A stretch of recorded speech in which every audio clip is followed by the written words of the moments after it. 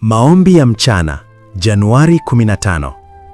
Ni neema ya Mungu tumefika hadi mchana wa leo. Huu ni wakati mzuri wa kusimama kidogo, kutoa shukrani na kuomba Mungu atuongoze sehemu iliyobaki ya siku. Ee Baba wa mbinguni, tunakushukuru kwa kutuvusha asubuhi na kutuleta hadi mchana huu salama. Asante kwa ulinzi wako, kwa pumzi ya uhai, kwa riziki na kwa mema yote uliotutendea bila sisi kujua au kuona. Sasa Bwana, tunakuomba ututangulie katika muda uliobaki wa siku hii. Tangulia katika maamuzi yetu, katika mazungumzo yetu, katika mipango yetu na katika shughuli zote zinazotuhusu. Ondoa mkanganyiko, toa kibali, fungua njia na utulinde na kila shambulio la adui. Kwa wanaohisi uchovu wa mwili au wa roho mchana huu, wape nguvu mpya.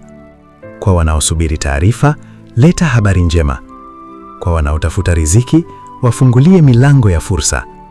Kwa wanaosafiri, wape ulinzi. Kwa wenye huzuni, wape faraja.